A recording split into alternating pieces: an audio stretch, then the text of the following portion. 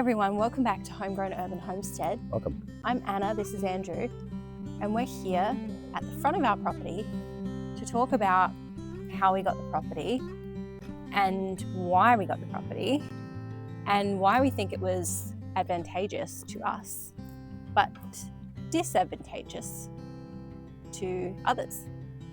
You guys haven't seen a lot of our front yard, but we've had some major renovations done here in the last week.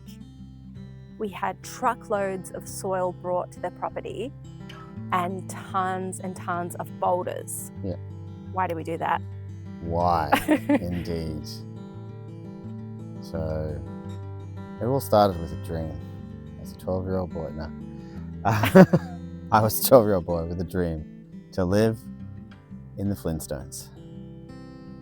We're feeling a bit like Flintstones at the moment because we're surrounded by boulders and rocks and soil and sand and dirt and rubble. And very little vegetation. Yes. And no barning. But that will change. Yeah. No, so this project has been over 9 months in the making to demolish. Now you know what it feels like. Okay. In a small way. Right. No, nothing's coming out. No. From the initial council application for planning approval to actual demolition, breaking ground. Long process, but we got there. And so we demolished our old driveway, which was like that. It was the driveway angle. from hell. Yeah, it was a bit dodgy. Yeah. We're on a slope. We're on a slope. Yeah, so that sort of this is leaning into what this video is about, in that the property that we purchased for our family home was somewhat undesirable for a lot of competition in the home buying market. As you might know, the property market in Australia is crazy. Crazy inflated. Super competitive. Prices are sky high. And it's a seller's market. So often young families are getting beaten out at the auction. Young by families, investors. young people, yeah, people aren't cashed up. Maybe Families. Family. Yeah. We're getting beaten out by investors who are willing to put more into the property because they'll get that return when they knock and subdivide and resell. The property that we bought was built in the 70s.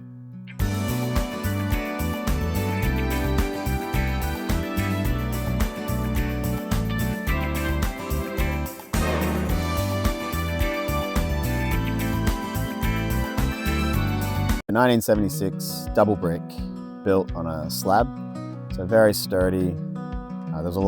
There were, and there still are a few, but there were a lot of these houses in the area. In fact, one of our neighbours, who's in his 80s, built the house. Yeah, and he built a lot of the houses around this area as well. So when we bought the house, we knew the driveway was pretty horrendous, the slope was pretty horrendous.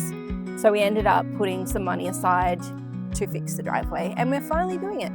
Yeah, one of the good things that we managed to do with this property was not go all in at the top end of what we were able to borrow.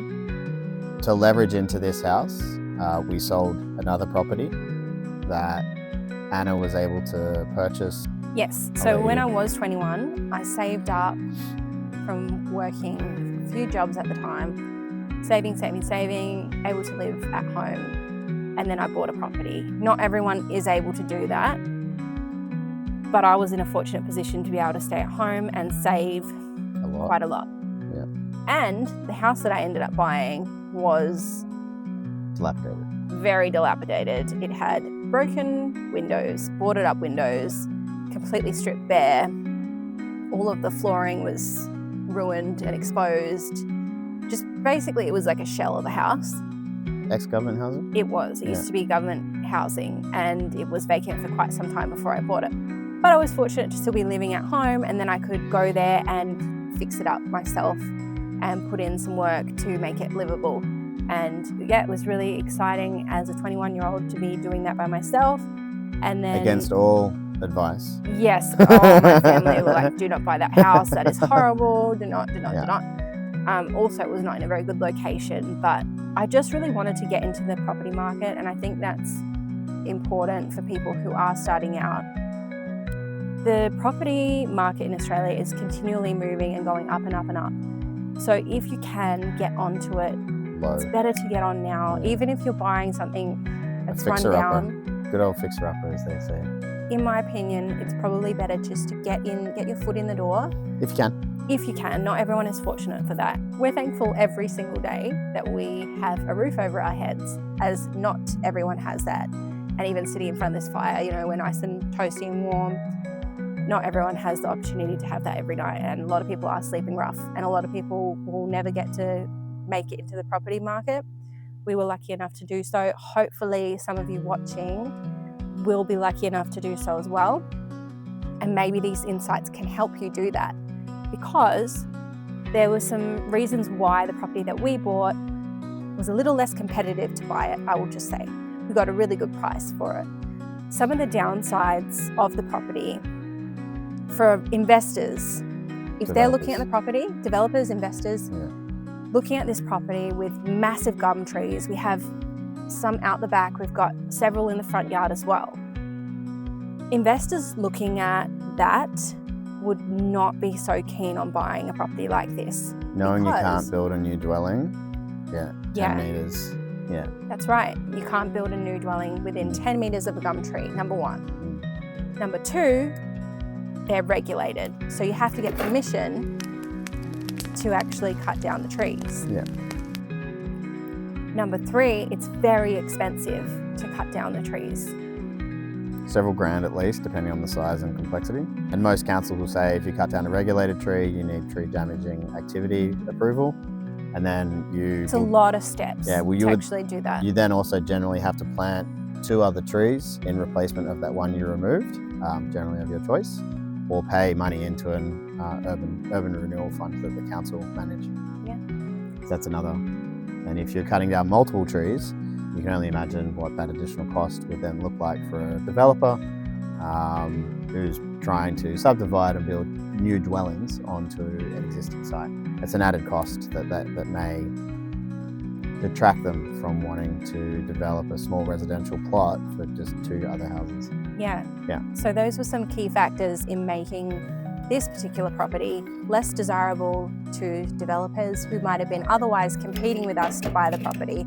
And in the end, we feel like we did get a really good price for the house, although we did have to invest again in fixing it up in a lot of areas. So we made the sacrifice of, buying a house that wasn't modern and new, and it was ready to move in, but it was really dated. Another point that we've looked at in support of this video was, when did the Australian housing market, or the house building market, start to really change and start prioritising quantity over quality? We did a bit of researching, and sort of pointing to about from the 1990s onwards is when there was a massive influx of population growth into Australia. The GST was introduced in 2000, so that added additional material cost pressures. But generally speaking, the 60s and 70s in Australia are renowned as the peak house building quality period. And then around the 1990s and 2000s, it really starts dipping, and it hasn't really recovered then, because the industry is trying to build more houses more quickly in order to keep up. And now we've seen that exacerbated even more so, because we've got a massive housing crisis here. So they're trying to build even more houses at, using certain materials at questionable quality, just to speed up the process. And so they're not building quality as much as they used to.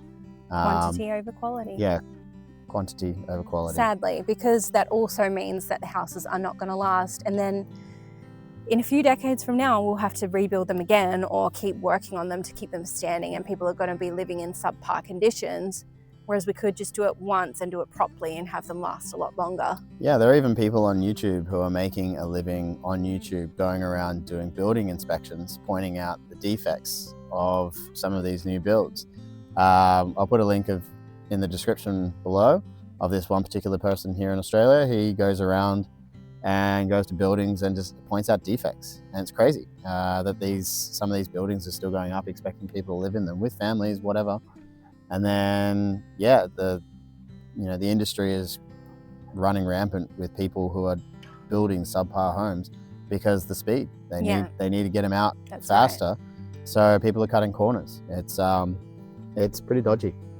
If you have any questions for us or just in general, there's no harm in throwing a general question onto this video, and then somebody else in the community might be able to answer it. We might not be able to answer it. Someone else might have an experience that they might be able to answer that question for you. This is what this is all about. This is why we started this channel, was to try and generate community. Yes, about gardening and homesteading, but I think a vital aspect of garden and homesteading is actually having a property to do it on, obviously. And so getting into the market, starting at the lower rung and then working your way up the property ladder.